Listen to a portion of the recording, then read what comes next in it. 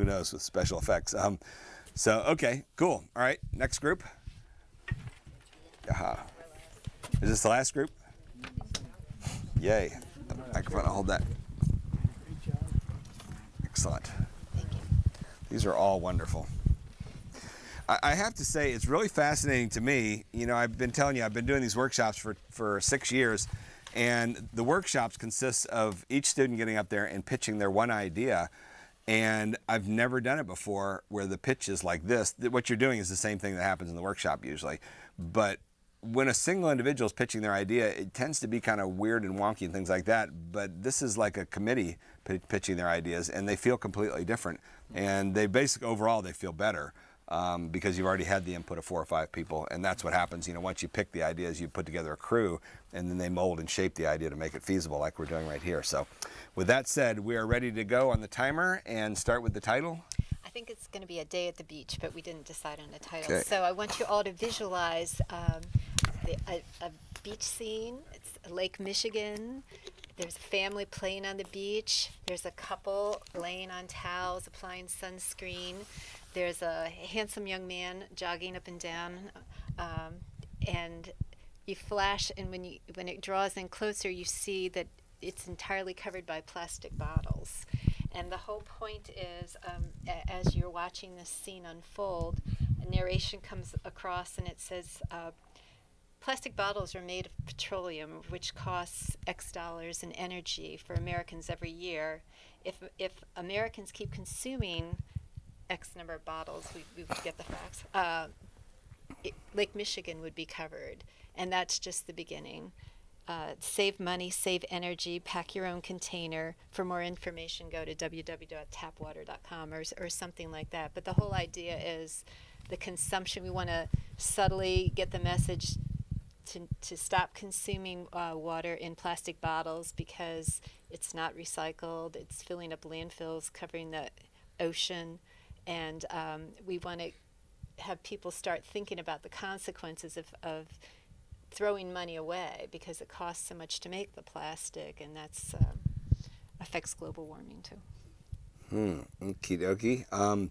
So. Is there a good water filter commercial that's very much like that? Oh, really? Is there? I've never seen it. We honestly didn't list that idea. Yeah, right. One of their lawyers is here with us right now. You're now being sued. Never seen it. So, you know, I'm not following it that much. It's not much of a story. So it was a scene that we're looking at with a lot of plastic bottles, right? Right. Well, we were trying to think of something that would be local, that people could relate to. People going to the beach is, an event that a family would look forward to, and it's an event that a young couple would look forward to. But if the beach is littered with plastic bottles, you're certainly not going to have, a fun-filled day. You're not going to want to put your towel on a bottle-covered beach. You're not going to want to jog up and down the beach. Okay, so this is where you start to enter into storytelling mode, in which the more you can tell a story, the stronger it will be, the more people will connect with what you're saying and doing. So we want some individual character or characters that we can follow them along. And then, I hate to say this phrase, but you hear it all the time in Hollywood, which is what's at stake. Why should we care about what's happening here?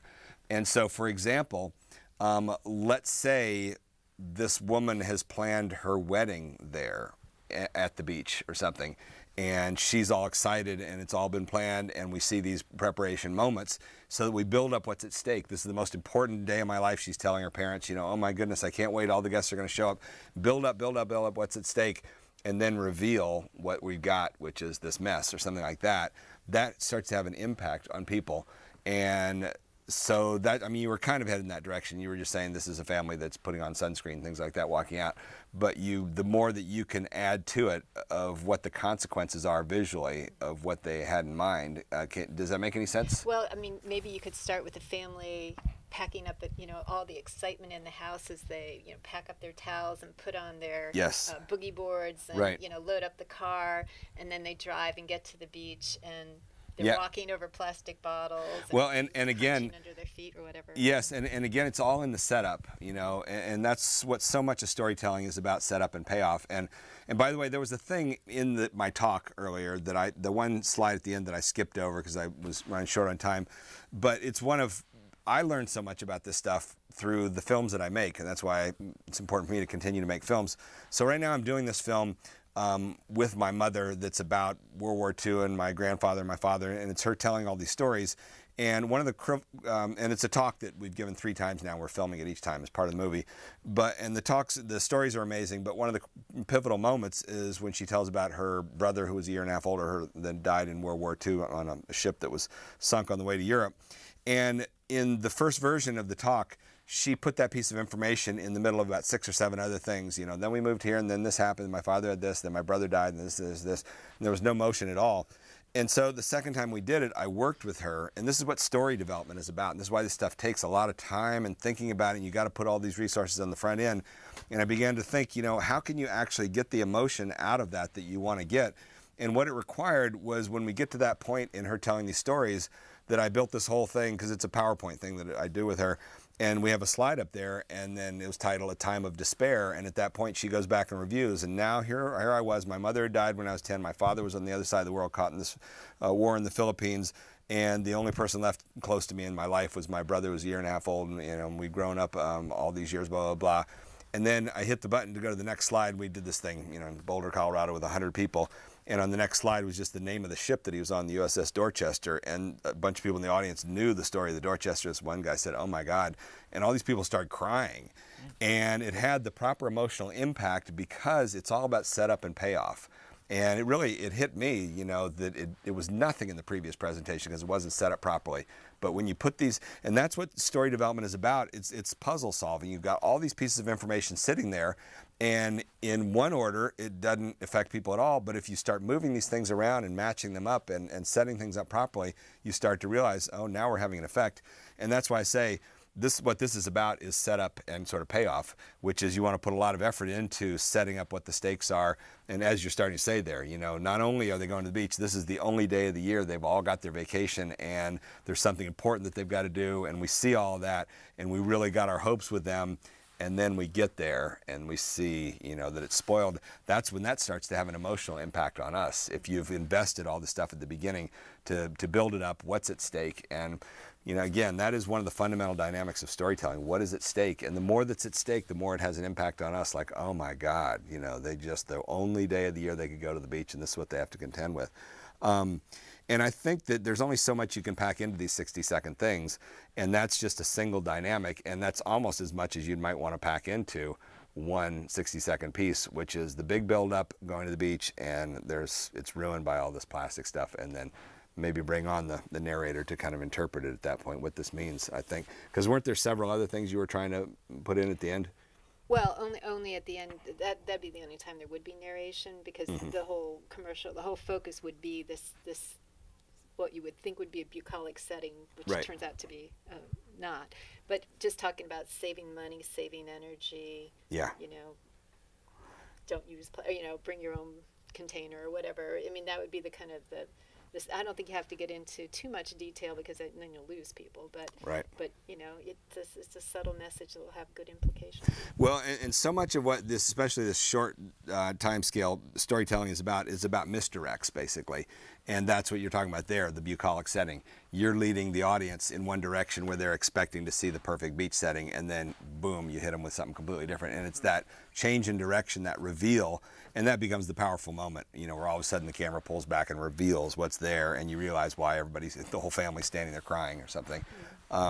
So yeah, I think you're on the right track with that. You've got all those sorts of elements, and what you really want to do more is push more for the heart, sort of, and try and get some emotional connection to it of why this impacts these people. And then you want the viewers to kind of embody themselves, put themselves in the position of the viewer, of the family. Yeah. I was wondering, so what we had originally, we didn't fully form the idea, but what we had originally envisioned was you see these people on the beach, and then you zoom out, and they're just acting normally, and they're having a good time. And then you zoom out, and the whole beach was covered with bottles, and the lake or the water was covered, and and it was just kind of a provocative thing in that they're kind of oblivious of it. And that was kind of the lead in that we had originally. Oh, well, now that's a different take, and that's interesting. So in other words, this is a future world where people don't even perceive garbage anymore, and they're just Right. They're surfing across. right, exactly, yeah, right. Yeah, well, that's a completely different angle, but that's pretty cool too. And yeah, future world. And then where do you take it from there? Well, that's a good. I mean, I think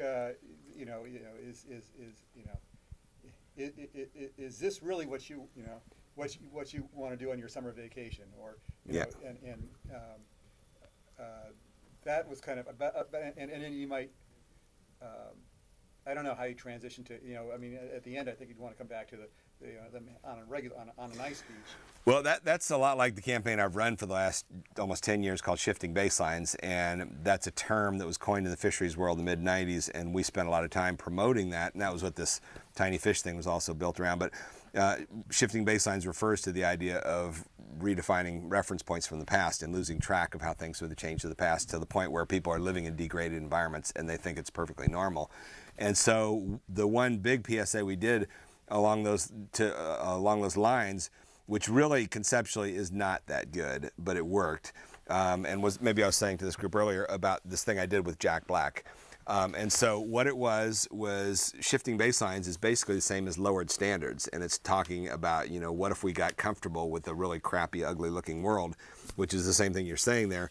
So to convey that, it's actually kind of fun. In the beginning, one of my film school classmates who was working at NBC kind of partnered up with me, and we began developing this idea. And so we started off about, what if we compared this idea of lowered standards to other things in our lives? What if we were comfortable with crappy this, crappy that? And so we did this demo version, first off, where we got actors to do 3 different versions of bad art. So the first one was a bad artist, second one was bad dancers, third one was bad violinist. And we shot all 3 of them, and we put it all together. It turned out that the bad artist, we had somebody painted on a canvas a blue stick figure that we thought looked terrible, and people looked at that and said, that's kind of abstract and kind of cool, actually. That's actually kind of good art. And then, that's the trouble with art, exactly. And then for the bad dance, I went and got these 2 actors, friends of mine at the Groundlings Improv Comedy Theater, and a choreographer that I'd worked with on my student film, and I had him put together this horrible dance routine, and we rented costumes for them that dressed the 2 guys up like Egyptians with these big curled toed shoes and baggy pants and everything, and had them do this really stupid dance, only they couldn't help themselves. They actually did these weird moves, but they did them with rhythm, and it was actually kind of funky and cool. And so that one turned out to, that was so bad it was cool. And in the end, the only one that really worked was we had a woman playing the violin horribly, and that, there was no mistaking that was bad. And so then you say, what if we were, as comfortable with that for music as we are with degraded nature? So based on that, we decided to make a bigger one, and we decided music was the way to go, and so we ended up with this PSA where we got 20 comic actors and put them all together in a symphony on a stage and had them all play music instruments they didn't know how to play. So we had Henry Winkler on the harp, and we had Tom Arnold on the kettle drums, and we had Madeline Stowe on one violin, and we had a whole bunch of other actors all playing these things they didn't know how to play. And we shot for 2 hours, and it was total madness, and it was really a ton of fun. And then Jack Black was the conductor, and he showed up with a tux and with a Mozart wig, and he just went crazy for 2 hours, and it was a huge amount of fun. And this was 2003. And then the PSA, it opens up and it says basically, what if we were as comfortable with this? What if we thought this was beautiful music? And then the whole symphony's going and just making this horrible music. And then it says, and what if we thought, this was beautiful in nature, and it was an empty kelp forest, and then it says, because we didn't remember, it looks like this, and then all these fish, fade into the shot and fill it up like a kelp forest is supposed to look. So it was that divide of the Shifting Baselines thing. Now, the one interesting experience that came out of that was that we recorded the sound of this cacophony of all these people, playing their instruments poorly, and it was just horrible to listen to. And in the beginning, I had that production sound in there for them playing the orchestra, and we began to realize, if you put this on TV, people are going to watch it once and then hate it and say, I hate it when that commercial comes on. So what we ended up having to do was to get some musicians to play the melody of the 1812 overture, da-da-da-da-da-da-da-da, and we underlaid that within the cacophony. And so long as there was that melody in there, you really didn't mind it so much. But it was really interesting, because you can only make things so unlikable, and then at some point people just don't want to watch them. And the key to getting these things played is that they are likable. People do want to see them on the TV sets, and the PSA directors, when they get them, that ends up being the thing. And by the way, I talked about this in my book. That same time that I did mine, there was a whole Pew-funded program on the California coast where they made a PSA about the destruction of ocean habitats, and their PSA began in a landfill, and they spent a ton of money on this artsy shot that was like pulling back from this bulldozer, pushing all this garbage along, and it was really dark and ominous, and the sky was all black, and then the thing went to black, and then all of a sudden the camera rose up out of the ocean. We heard some bubbling and stuff, and then it said, "This is what we're doing to our oceans." And it was horrible, and I ended up meeting this one PSA director at a TV station in LA, and he said, "We got that PSA, we watched it once, and we threw the whole kit in the trash can." And they never even viewed it. So that's the fourth chapter of my book, is don't be so unlikable. Likability is super important in these things. It's popularity contests. And what happened with our Jack Black PSA, to bring it back full circle to you're talking about that thing, was the concept wasn't very good, really. I mean, it just wasn't that great of a concept. But the actors were so likable, and everybody loved Jack Black, that the thing scored over $10 million in airtime. And then the distributor, as part of their service, contacted all these TV stations, 15 of them, and quizzed them on, why did you pick this one to air? And what came back from them was not that it was well designed, not that the message was well crafted, not anything like that. More than half of them said, we picked it because we liked it. We all like Jack Black. We popped it in there. Oh, there's Jack Black. Hey, let's air that one. And it's kind of scary how superficial the process can be like that, but that's what's at the core of it. So I think that's maybe my final message and all this sort of stuff, is that as you're crafting your big idea, you have to work within the constraints of the real world. And, just look at Jon Stewart and The Daily Show and Colbert. Those are hugely likable shows, and likability is a major factor in terms of what ends up on TV. So, yes. No, that's the green porn sequence that they do. Yeah, that is. So I was on a panel just 2 weeks ago at the World Conference on Science Journalists in Qatar, and I was on a panel with a guy who was one of the producers of that stuff, and I didn't like those things. I thought they just didn't work for me, and I thought they're kind of weird and creepy and blah blah blah. And then she did one on bed bugs. Did you see that? Sex and bed bugs. It was so repulsive and horrible. The next thing you know, Jon Stewart does a whole segment with it, and their whole campaign just went crazy. And all this media coverage, once again, arouse and fulfill whatever it takes. And Jon Stewart, you should watch this, because the guy played the segment. And it's just gross, because the way they mate is, what is it? The male has got a knife. Male stabs the female. Exactly. And she's dressed up like a tick and stabbing herself with a knife. And inserts his seed. Exactly. It's horrible. Jon Stewart's like playing it, and then he looks back in the camera like, what is this? And he just goes on and on. And he gave it like probably 2 or 3 minutes on his show. And the next thing you know, just massive amounts of public relations attention. And so who am I to criticize the thing when it works so effectively?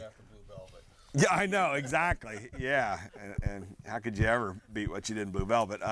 So anyhow, but that's the definition of a successful public service announcement campaign or whatever, is just how much you can score in the broad audience. And at some level, suddenly, by definition, it becomes good. I mean, that's kind of creepy, because that turns to be the same thing in Hollywood, which is, we were saying something about what was good, the Al Gore movie won an Oscar.